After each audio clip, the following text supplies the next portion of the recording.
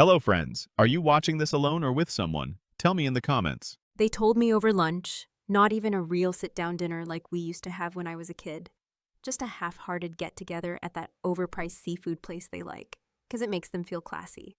Mom had her usual crab cake sandwich.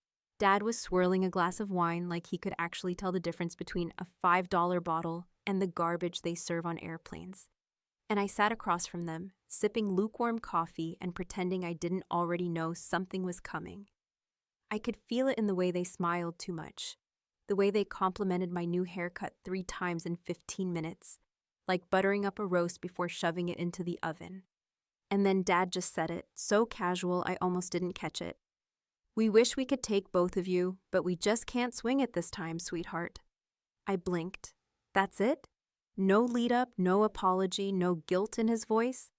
Just like that, they were dropping this tiny, sharp truth on the table between the ketchup bottle and a basket of stale fries. I looked at Mom, hoping she'd chime in, add some warmth, offer something like, "We feel awful, Mandy, really we do." But she just gave this tight little smile, like it hurt her to even acknowledge the moment. Then Dad added, "We figured Trent could use the break, you know. He's been through a lot lately." And that was when something snapped inside me. Not all at once, not with drama or shouting, but with this slow sinking feeling, like air leaking out of a balloon. Not the fact that they picked him, hell, I should have seen that coming, but that they acted like it was reasonable, like it made perfect sense. Like I, the daughter who paid their electric bills last winter and fixed their damn garage door with my own 2 hands, should just nod and say, "Of course." I forced a laugh because I didn't trust myself to speak.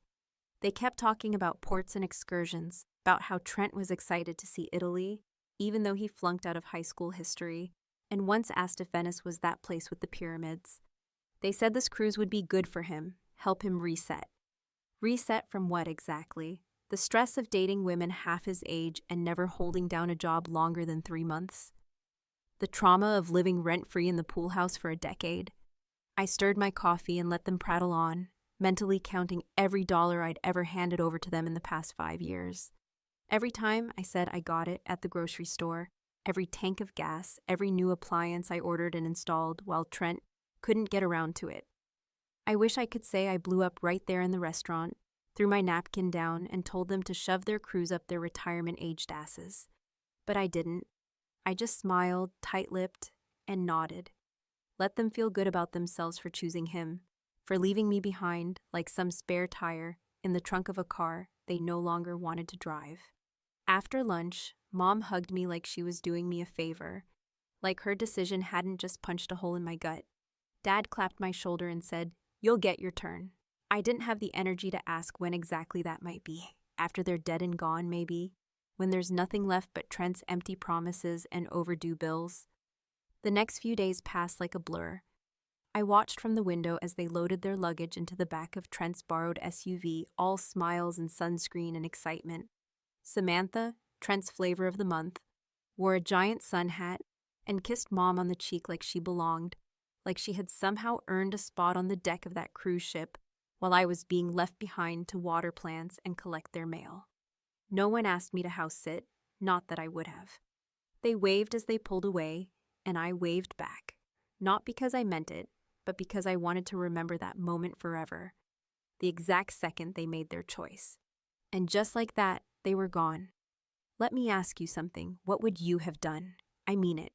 If your parents looked you in the eye and told you that you, the dependable one, the one who always showed up, weren't worth the price of a damn plane ticket while your brother, who still owes you money for that busted laptop, gets to sip wine off the coast of Santorini, would you smile and accept it? Or would something in you break a little, something deep and quiet and final? Because something in me did. Something I didn't even know was still alive. Maybe it had been dying for years, chipped away by every forgotten birthday, every ignored phone call, every dinner where Trent got the big piece of chicken, and I got told I was so mature for understanding. But that day, as their car turned the corner and vanished, it wasn't anger I felt. It was clarity, cold, clean, and sharp as glass. They didn't forget me. They chose him. And that, my friend, is a whole different kind of hurt. It's funny how you don't really keep score until you realize the game was never fair to begin with. And once that idea lodges itself in your chest, quietly without warning, it grows into something unbearable, like an itch you can't scratch, or a stone in your shoe that you try to ignore, until you find yourself limping through your own damn life. I spent the days after they left trying not to feel anything, sweeping the floors, folding laundry, fixing the leaky faucet in the kitchen, not because it mattered anymore, but because that's what I did. That's who I was. The daughter who took care of things, kept everything running, even when no one noticed, even when no one thanked me, even when I felt like I'd been reduced to a background noise in my own family. I walked through that house like a stranger, and it hit me, slowly at first, and then like a storm. Every single thing that worked, that functioned, that made their life easy, had my name etched into it, not in pen or paint, but in effort. In hours spent on hold with customer service, or bent under the sink with a wrench and a prayer. That new washer and dryer they loved so much, the ones that didn't shake the house like an earthquake. I bought those. The smart thermostat that Dad bragged about to his friends, acting like he installed it himself, that was mine. The leather couch where Mom fell asleep watching her crime shows, I paid for that too, down to the delivery fee. And the thing is, I never made a scene about it, never kept a ledger, never said, hey, maybe Trent should pitch in for once, because I thought, stupidly maybe, that love worked like that. That family was about doing without being asked, about showing up without needing applause. But the cruise changed something, not the event itself, not the fact that they left, but what it revealed. The raw, undeniable truth that I was never going to be the one they chose first, no matter how much I gave or how long I waited. I started looking at everything differently, as if the walls had finally begun to whisper what I'd refused to hear. That love in this house came with conditions, and I was the only one still paying. So I started digging, not emotionally, not in therapy, but in paperwork, in accounts, in all the digital and dusty corners of their life where things are supposed to be transparent but never are. And that's when I found it, hidden in plain sight, a casual betrayal wrapped in financial language, the travel fund. A small investment account they'd opened in both their names years ago, supposedly to use for their dream trips once they retired. I remembered the conversation when they told me they had to close it early, that there just wasn't enough left in it to justify keeping it open. They made it sound like it barely had enough to cover dinner at Olive Garden, let alone anything meaningful. But there it was, active and very much funded, not with stock market gains or mysterious windfalls, but with a transfer dated 6 months earlier, from an account that used to belong to me. My account. The savings I'd built in my 20s, the one I asked Dad to help me manage when I didn't know what a Roth IRA was, the one I forgot about because life got busy, because rent and work and helping them always came first. Turns out, he never closed it. He just rerouted the funds.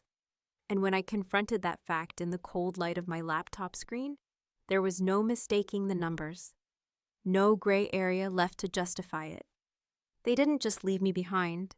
They used me to get there. I sat with that truth like a weight on my chest, like something that would crush me if I didn't do something, if I didn't move, if I didn't respond. And yet, what could I say?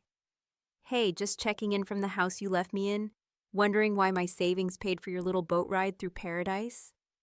What would that accomplish?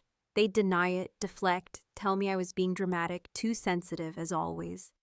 They'd remind me of all the things they did for me once upon a time. Dance recitals and sack lunches, the roof over my head, as if those things weren't the bare minimum, as if love could be repaid in interest rates and guilt. I didn't yell, I didn't cry, I just looked around that house, the one they never called mine, and I saw it for what it really was. A shrine to my silence, a monument to all the ways I'd bent myself into someone convenient, useful, easy to overlook. And in that moment, I realized I didn't want to be her anymore. I didn't want to be the one who waited quietly for her turn, who kept giving in hopes that someone might finally notice.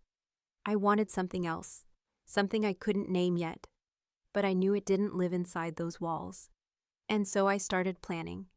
Not revenge, not yet. Just an exit. Just an answer to the question they didn't bother to ask when they boarded that ship. What happens when the one who always stays decides to go? Because believe me, when I left, they weren't going to forget it. There's something deeply liberating, almost terrifyingly so, about the moment you realize you no longer owe anyone an explanation. Not out of spite, not because you suddenly stopped caring, but because you finally accepted the truth you've been choking on for years. The kind that crawls into your bones and rewires the way you see the people you once would have died for. After I found the financial paper trail, after I stared at those transaction logs until the numbers became meaningless, a numbness took over, not cold or bitter, but calm in the way a storm's eye is calm, silent, deceptively still, yet full of pressure just waiting to collapse everything around it. I didn't pack a bag right away. I didn't march through the house in a fury, tearing everything apart like some spurned lover in a bad TV movie. No, I took my time, because revenge, when done right, isn't loud or sloppy. It's methodical, measured, and terrifying in how quiet it can be. The first thing I did was take inventory. Not emotional inventory, not a checklist of broken memories or childhood slights, but an actual detailed accounting of what in that house I had paid for, with my own money, time, and labor.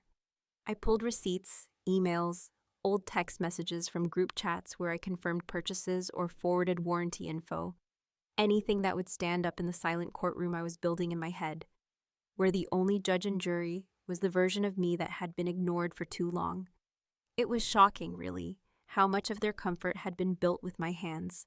The entire living room, mine, down to the side tables and the damn light bulbs in the antique lamp Dad always bragged about.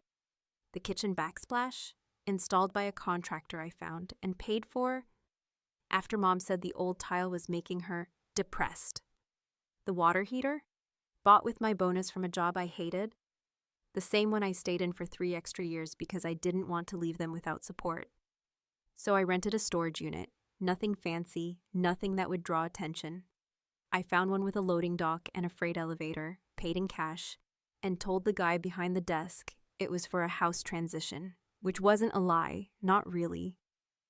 Over the course of 3 days, while the cruise ship carrying my parents and Trent floated somewhere between Mykonos and oblivion, I dismantled their world piece by piece. I moved through the house like a ghost, quiet and intentional, wrapping furniture in blankets, unplugging electronics, carefully boxing up every dish, every picture frame, every towel set I'd purchased during one of my many Target runs over the years when no one else could be bothered to care. It wasn't theft. I didn't take what wasn't mine. I left the things that belonged to them, though I'll admit, the line between mine and ours got a little blurry the deeper I got into the closets. But I made my peace with that blur, because blurred lines were all they ever gave me. I found a document folder labeled Vacation Ideas on their home computer, full of photos of places they planned to go with Trent, notes on wine tastings, spa packages, even a paragraph about retiring to Florida. If Mandy ever settles down. That stung in a way I can't fully describe, not because I wanted to be in those pictures or plans, but because I realized I never had been. I was a footnote, a contingency plan, the just-in-case daughter who could be counted on to hold the fort while they chased the dream with someone more exciting. When I finished, the house looked like a model home after a clearance sale. Hollow, echoing, impersonal. I didn't leave a note. I didn't want to give them the dignity of a farewell they never earned. But I left a small detail, a single thread they'd have to pull on, and I did it for me. On the empty mantel where our family photos used to sit, I placed one frame. Inside it was the receipt for the cruise, printed in full color with a yellow sticky note across the top. Paid in full, by me. I locked the door behind me and didn't look back. I didn't cry. I didn't feel guilty. I didn't feel anything but the kind of quiet satisfaction that comes from finally drawing a line in the sand after years of letting it be washed away by other people's priorities. I knew the storm would come when they got back, that they'd be furious, confused, desperate for a narrative that made them the victims. But I also knew they'd never be able to spin it in a way that erased the facts. I didn't abandon them. I just took back what was mine and walked away before they could steal anything else from me, including my peace.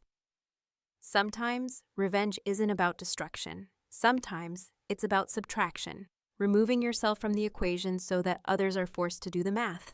And when they finally added it all up, the house, the memories, the cruise, the years, they'd come to the one answer they never expected. Mandy was never the problem. She was the glue, and now she's gone.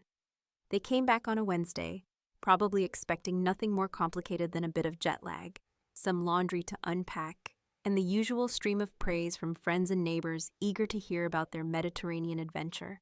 The wines they sipped, the sunsets they watched, the lazy afternoons they spent lounging on sun-drenched decks while the ocean carried them across postcard scenes. But instead, they stepped into something entirely different, something hollowed out, silent and unmistakably altered. The kind of silence that doesn't just greet you at the door, but presses into your lungs and demands acknowledgement. I wasn't there to see it happen, but in my mind, I've replayed the moment 100 times. My mother's hand reaching for the light switch, only to find the fixture gone. My father calling out my name as if I'd just misplaced a few things in a fit of forgetfulness, rather than strip the house down to the bones with surgical precision. And Trent, the golden boy, the hero of their journey, him standing in the middle of the bare living room, realizing for perhaps the first time in his life that things don't always get handed to you just because you believe you deserve them. The first voicemail came within an hour. My mother's voice trembled with confusion, not yet panic, but the kind of disbelief that clings to denial like a security blanket. "Mandy, something's wrong," she said, as if I had merely taken a wrong turn and ended up somewhere unfamiliar. "Call us back, please. The house, it's empty?"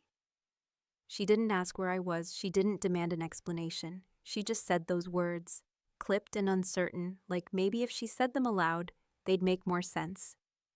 That's how the grieving starts, isn't it? Not with tears or rage, but with an absence so large it doesn't fit into sentences anymore. Over the next 24 hours, the messages grew more frequent, more erratic. My father left one, his tone sharp with restrained fury, trying to play the authority figure, as if I were 16 again and had stayed out past curfew. "You had no right, Mandy," he said, the sound of drawers opening and closing in the background, his frustration rising with every breath. "This isn't how families deal with things. This is petty, vindictive. You need to come back." I played that one 3 times, not for the message, but for the silence at the end. The part where he expected me to pick up, to be listening, to still be the daughter who always came when called. But I wasn't, not anymore. What none of them seemed to understand was that this wasn't an act of vengeance born out of some single moment of rejection or hurt. Not just because they picked Trent for the cruise, not because they spent my savings, not because they forgot to say thank you one too many times, but because they had built an entire way of living on the assumption that I would always be there, that I would always play the supporting role while Trent starred in every family story, every holiday, every future plan. They didn't just fail to notice me, they erased me, and I let them for longer than I should have, hoping that someday something would change, that they'd turn around and see me still standing there with open hands and tired eyes. Trent, of course, took a different route.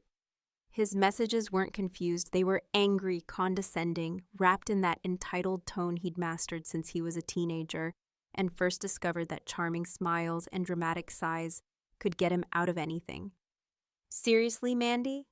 One of his messages started, the words practically sneering through the phone. "You took the couch? Who does that? You're insane, like actually unstable. You need help." He never mentioned the cruise. He never thanked me for the reset he'd been given at my expense. He just wanted his stuff back. Or rather, the stuff I paid for, maintained, cleaned, and made sure was still there after every one of his little rough patches. I didn't respond to any of them. I didn't owe them a response, but I watched. I created a separate account and followed Trent's social media, not because I cared about his selfies or his new business ideas, but because I wanted to see what happened when the scaffolding was pulled away. And it didn't take long. Within 3 days, he was complaining online about freeloaders and fake people who pretend to care, vague posting like a teenager who got grounded. My mother posted a photo of a sunset, captioned, "Trying to stay positive," and I imagined her sitting in the now empty dining room, staring at the space where the table used to be, the one we had family dinners around back, when I still believed that word meant something. By the end of the week, my father finally cracked. He sent a handwritten letter mailed to my old P.O. box, written in his tidy, mechanical script. He didn't apologize, not really. He talked about misunderstandings, about how families go through things, and how he hoped we could find our way back to each other. But even in that, he couldn't help himself. He had to include a paragraph explaining how disruptive it was to come home to an empty house, how they were now scrambling to make things right again, as if the discomfort of the fallout was somehow the real injustice, not the betrayal that caused it. And that's when I realized something truly important, something I should have known all along but had been too tired, too loyal, too damned hopeful to admit. They weren't sorry, not for what they did, not for how they treated me. They were sorry it caught up with them. They were sorry they lost their things, their comfort, their illusion that everything would always be the same, no matter how cruel or dismissive they were. They wanted the clock turned back, not because they missed me, but because they missed the version of me that didn't fight back. I didn't mail a reply. I didn't explain or justify. I didn't answer any calls. Because sometimes the most powerful thing you can do isn't scream or curse or demand to be heard. Sometimes it's simply refusing to go back to the place where you were never truly seen, and letting the silence speak for you. It's strange the way life continues after something irrevocable, as if nothing happened, as if the world doesn't pause to acknowledge the shifting of your center of gravity. And for a while, I kept waiting for some seismic aftershock to ripple through the rest of my life. Some moment where I'd be forced to defend what I'd done, to justify walking away from the people who raised me, who fed me, who put band-aids on my scraped knees and sent me off to school with carefully packed lunches that, at the time, I didn't realize were conditional offerings of love. But no such reckoning ever came. And in that silence, I began to understand that real change doesn't always come with applause or confrontation. Sometimes, it just comes with distance, deliberate and cold and cleansing in a way that only those who've lived in emotional debt truly understand. After I left, I moved with purpose, but not haste, choosing a small town 3 states away. Not so remote that I'd vanish completely, but just quiet enough to make the absence undeniable to anyone still looking for me in the old places. I found a modest rental with peeling paint and a creaky porch swing, a space that felt nothing like the polished suburban showcase I'd helped maintain for over a decade. But every inch of it was mine, truly mine. Even the things that didn't work right, even the unpatched corners and crooked light fixtures, because they represented a reality I had built on my own terms. Flawed, yes, but honest. There was no one to tell me the curtains didn't match or that the fridge was too loud. The silence was mine too, and I reveled in it like a luxury I hadn't realized I'd been starving for. Weeks passed, then months. I changed my number, closed my shared accounts, left the house keys in a sealed envelope at the foot of their old mailbox, with a sticky note that read simply, "You might want to call a locksmith." It wasn't dramatic, but it was deliberate, like everything else I'd done since they left me behind for that cruise. And still, every so often, a ripple from the past found its way to me, a shared acquaintance forwarding me a text Trent had blasted to the extended family, framing me as unwell and emotionally unstable, peppered with just enough half-truths to make it feel plausible to those who never really knew me. A cousin I hadn't spoken to in years sending a polite, cautious message asking if I was okay, clearly hoping I wouldn't actually reply and make it her problem. I ignored them all, not because I had nothing to say, but because I no longer needed them to hear it. They weren't the audience I had left behind. They were just the echo chamber I had outgrown. The real moment of reckoning came not with a phone call or a confrontation, but in a photograph I stumbled across online purely by accident. One of those real estate listings you don't mean to find, but suddenly can't stop staring at. There it was, the house I'd emptied, now back on the market. The photos showed it refurnished, awkwardly so, like they'd rushed to make it look lived in again, to erase the ghost I'd left behind. The caption read, "A charming home full of character, ready for new beginnings." And I laughed, not out of bitterness, but out of disbelief at how neatly the world tries to tie things up for the sake of appearances. I don't know what hurt more, seeing that house listed like it had never been mine, or realizing that in some ways, it never really had been. It was just a set piece I kept clean, for a play I was never allowed to star in, and now it was being passed along to someone new, someone unsuspecting, someone who wouldn't know that the dining room used to echo with passive-aggressive silence, or that the hallway closet still held the scent of old guilt and forgotten birthdays. Trent, from what little I've gathered, hasn't changed. He tried to launch a business, something vague involving consulting, and it fizzled out in less than 2 months, after which he posted a bitter thread about how some people just don't get support like others do, as if the irony of that statement wasn't slapping him square in the face. My parents, now living in a smaller place with beige carpeting and outdated appliances, seemed to be attempting the quiet life, pretending, perhaps, that they downscaled by choice and not necessity, that the walls around them aren't a daily reminder of what they lost when they stopped seeing me as a person and started seeing me as a convenience. I sometimes wonder if they sit around that new living room and talk about me. I wonder if they try to rewrite the story in their favor, painting me as the unstable one, the ungrateful daughter who walked away without warning, without mercy. Maybe they say I snapped, that I was always sensitive, that they should have seen it coming, that they did their best. Maybe on the worst days, they allow themselves to ask the real questions. What did we do? When did she start drifting? Why didn't we see it? But I don't hold my breath for those moments.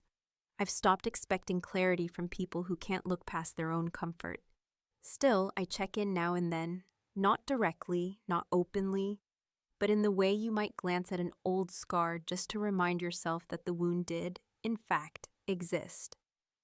I watch from a distance as they adjust to the life they built without me, and in the quiet of my new apartment, surrounded by secondhand furniture and plants I've learned to keep alive, I feel something close to peace. Not the fairy tale kind, not the resolution you see in movies where everyone hugs and cries and makes up over pie, but the real kind, the quiet acceptance that not everything broken can be fixed, and not every family deserves a reunion. Because the truth is, they didn't just lose a daughter, they lost the part of their life that held everything together, that paid the bills without being asked, that showed up when no one else did, that smiled politely while being ignored. And while they float in their own sea of denial, still clinging to the myth of their own generosity, I live in the truth that sometimes the most powerful kind of payback isn't fire or fury, but absence. An absence, when it's earned, is louder than any door slam, sharper than any goodbye, and far more permanent than any apology that never arrives.